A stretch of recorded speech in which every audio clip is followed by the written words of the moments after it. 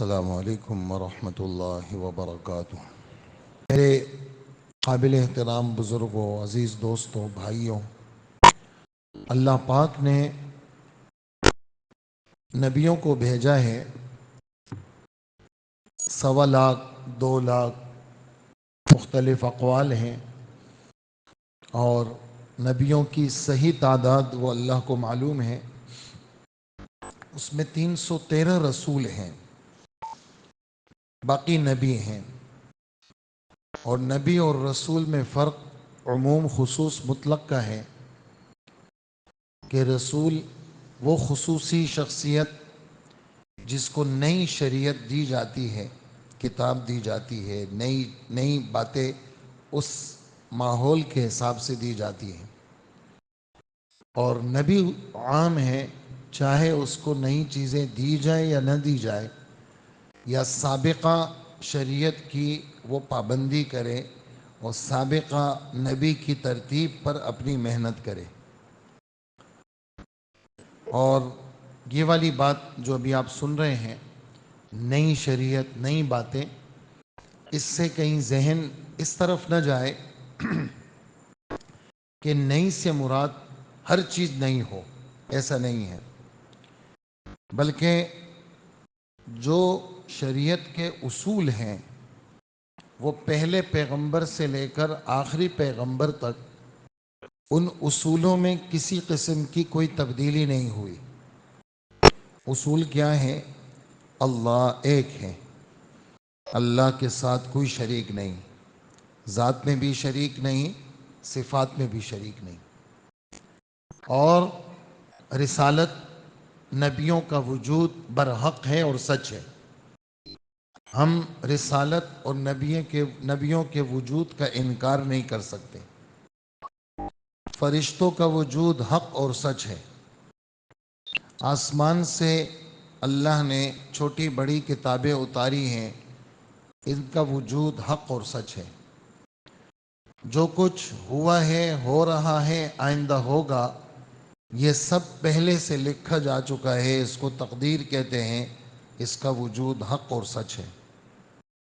ایک دن ایسا آئے گا جس دن میں اللہ پاک سب چیزوں کو ختم کریں گے، اور ان انسانوں کو سب کو ختم کر کے، ساری مخلوق ختم کر کے دوبارہ زندہ کریں گے۔ اور جنت، دوزخ، قیامت، حشر، نشر، یہ سب چیزیں سچ ہیں۔ ان کو اصول کہا جاتا ہے۔ ان اصولوں میں کسی قسم کی کوئی تبدیلی نہیں ہوتی۔ تو انبیاء علیہم السلام جن کو اللہ پاک نے دنیا کے اندر لوگوں کی ہدایت کے لیے بھیجا، ان کی محنت کا ایک مرکزی نقطہ تھا۔ ہمارا مضمون جو بھی ہے اس مضمون سے ہم نکلیں گے نہیں، لیکن یہ بات میں اپنے بیان کے شروع میں ضرور کروں گا بطور تمہید کے، کہ ہر نبی کی محنت کے اندر ایک بنیادی نقطہ تھا۔ اس نقطے کا مختصر خلاصہ یہ ہے کہ ہر چیز کے اندر اللہ جل جلالہ کو دخل حاصل ہے،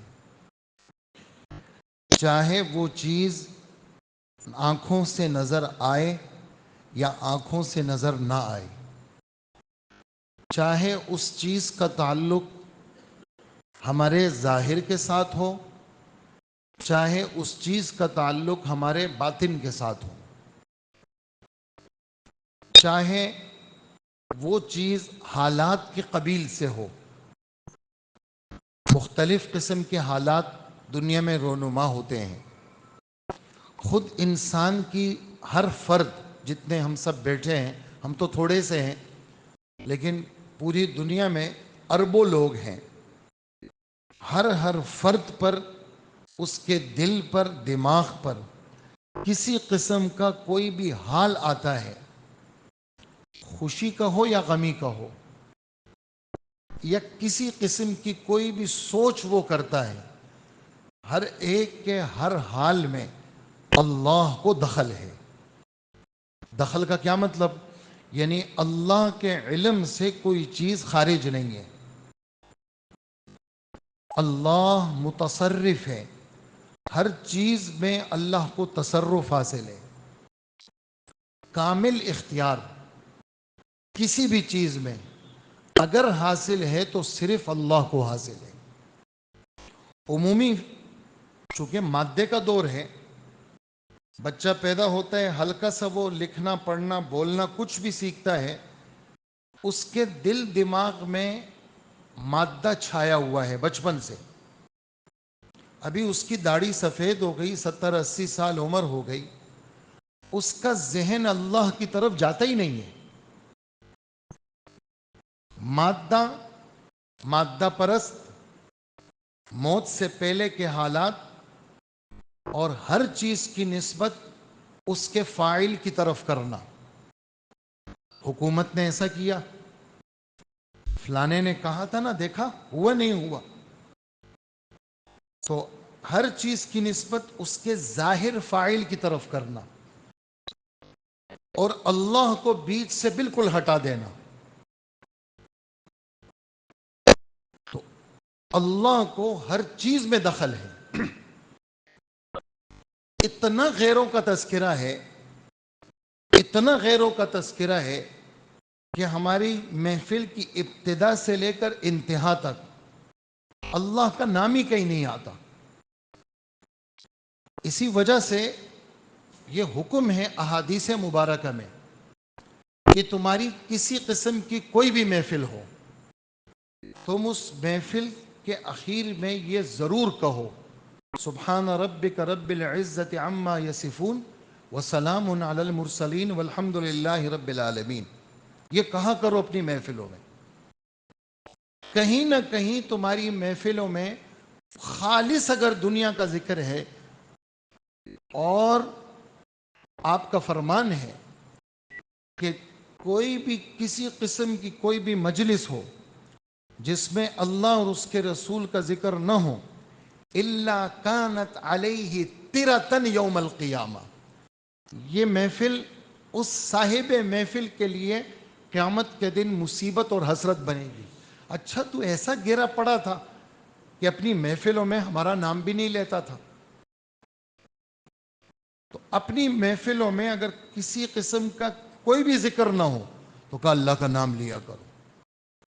تو ابھی اس وقت ہمارا کتنا برا حال ہے کہ ہم ہر چیز کی نسبت، یعنی جو چیز خالص اللہ کے کرنے کی ہے اس میں بھی ہماری نسبتیں ایسی ہو گئی کہ کچھ نہ پوچھیں جی۔ اب بارش ہے، بارش اس میں کسی انسان کا دخل نہیں ہے، ایک اللہ ہوائیں چلاتے ہیں، ایک اللہ ان ہواؤں کے ذریعے سے بادلوں کو اٹھاتے ہیں، وہ اللہ ان بادلوں میں پانی بھرتا ہے، وہ پانی جو بالکل گھونٹ کے لائق نہیں، آپ اس کا گھونٹ نہیں پی سکتے، کڑوا پانی، اس کو وہ بادلوں میں اٹھا کے میٹھا بنا دیتے ہیں۔ کیسے کرتے ہیں ہمیں کیا پتا، ان بادلوں کو اٹھا دیتے ہیں، پھر جا کر کے جس جگہ برسانا ہو وہاں فٹ کر دیتے ہیں۔ کتنی برسے گی جی؟ اتنی برسے گی۔ کتنی برسے گی؟ اتنی برسے گی۔ کالے بادل ہے، سیاہ بادل ہے، یہاں پانی نہیں برسانا، ایک قطرے بھی نہیں برسانا، تو نہیں برساتے۔ یہاں بارش برسے گی لیکن یہاں کچھ اگانا نہیں ہے، اچھا تو نہیں اگے گا۔ اور یہاں برسے گی تو یہاں خود بخود ہریالی ہو جائے گی، اور کہیں پر برسے گی کچھ بھی نہیں ہوگا۔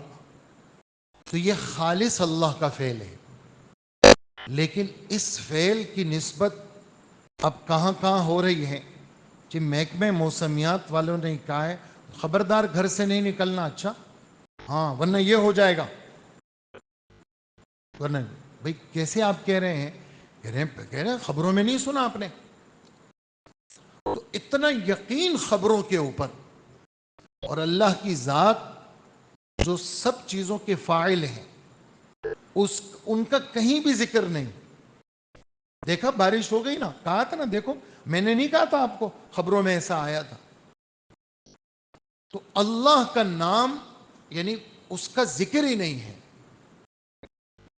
اور پورے قرآن کے اندر اللہ جل جلالہ، یہ جو ہمارے سامنے بادل گرجتا ہے، اس گرج کا ذکر ہے قرآن میں، اور باقاعدہ سورت اتاری ہے 13ویں پارے کے اندر۔ سورہ یوسف کے بعد جو سورت ہے اس سورت کا نام رعد ہے، اور رعد کے معنی گرج کے ہیں۔ اور اللہ جل جلالہ اسی سورہ رعد کے دوسرے رکوع میں یہ بات فرماتے ہیں، وَيُسَبِّحُ الرَّعْدُ بِحَمْدِهِ وَالْمَلَائِكَةُ مِنْ خِیفَتِهِ۔ یہ جو گرج ہے نا، گرج کا، اس گرج کو دنیا والے تو کیا کیا نسبتیں کرتے ہیں کہ یہ جو گرج ہے، اس گرج کی آواز تمہارے کانوں میں پڑتی ہے، حقیقت میں یہ گرج اللہ کا نام لیتا ہے۔ اور یہ جو فرشتے ہیں وہ اللہ کے خوف سے، اللہ کا خوف ان پر اتنا حاوی کہ وہ اللہ کا نام لیتے ہیں۔ پھر وَيُرْسِلُ الصَّوَاعِقَ، آسمانی بجلی اللہ بیچتے ہیں۔ اب لوگ کہتے ہیں کہ جی دیکھو فلانی جگہ بجلی آئی نا، وہ ہمارے امریکہ کی ٹیکنالوجی کے ایسی بلڈنگ بنی ہوئی تھی نا، وہ بجلی نے بھی اس پہ اثر نہیں کیا۔ اللہ اکبر، اللہ اکبر، یہ کتنی خطرناک بات ہے۔ قرآن پاک کے اندر 16واں پارہ، اس کا 3 صفحہ، حضرت ذوالقرنین رحمت اللہ علیہ بادشاہ ہیں، وہ ایک دیوار بناتے ہیں، اور دیوار ایسی دیوار اللہ پاک اس زمانے میں کہ جناب لوہے کی چادریں، پھر ان ساری چادروں کو بالکل تپا دیا، سرخ کر دیا، گرم کر دیا۔ ایک 2 پہاڑوں کے بیچ میں درہ ہے، نیچے چادریں رکھتے رکھتے اوپر تک گئے، پھر اس کو کیا کیا، گرم کیا، اور گرم کرنے کے بعد اس پہ پگھلا ہوا سیسا چھوڑا، تاکہ جو لوہے کے جو چھوٹے چھوٹے دراڑ ہیں، جیسے 2 بلاکوں کے بیچ میں سیمنٹ ہم رکھتے ہیں 2 بلاکوں کو جوڑنے کے لیے، پھر اوپر پلستر کرتے ہیں، تو ایسا پگھلا ہوا سیسا وہ اس پہ ڈالا گیا، تو وہ ایک جان بن گئی۔ اس کا ذکر قرآن پاک کے 16ویں پارے کے 3 صفحے، 16ویں پارے کا 2 رکوع ہے غالباً، سورہ کہف کے اندر، وہ ایک جان بن گئی۔ تو اب یہ جو یاجوج ماجوج ہیں، یہ اس درے کو پار نہیں کر سکیں گے، یہ بہت مضبوط دیوار ہے، اور کائنات کی کوئی اس طرح آندھی اور یہ چیزیں اس کو خراب نہیں کر سکتی۔ لیکن حضرت ذوالقرنین کا ایمان اللہ کی ذات پہ، اور وہ مادی چیزوں سے متاثر نہیں۔ کیا فرما رہے ہیں؟ فَإِذَا جَاءَ وَعْدُ رَبِّي جَعَلَهُ دَكَّا وَكَانَ وَعْدُ رَبِّي حَقًّا۔ جب میرے رب کا وعدہ آئے گا نا اس کو گرانے کا، تو پھر میرا رب اس کو چورا چورا کر دے گا۔ تمہاری جتنی ٹیکنالوجی ہے کہ ہم نے ایسا کیا، اس پہ ایسا نہیں ہوتا۔